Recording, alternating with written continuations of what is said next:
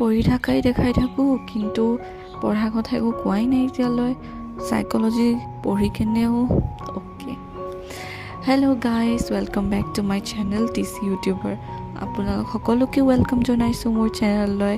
আৰু মই পষ্ট দিছিলোঁ যে কোনটো টপিকৰ বিষয়ে মই ভিডিঅ' বনাব লাগে নেক্সট, আৰু তাতে ভোট আহিছিলে বেছিকৈ ষ্টাডি, পঢ়াৰ কেনেকৈ পঢ়িব লাগে ইফেক্টিভলি ভালদৰে। তো মই ভাবিছোঁ এইটো বনাই দিওঁ, যিহেতু কিছুমানে বিচাৰিছে। তো লেটছ ষ্টাৰ্ট।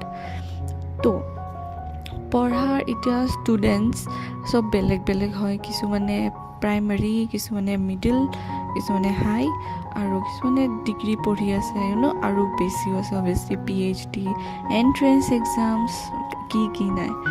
তো মই এটা মই নাজানো যে যোনে মোক শুনি আছে তেওঁ কি পঢ়ি আছে বৰ্তমান।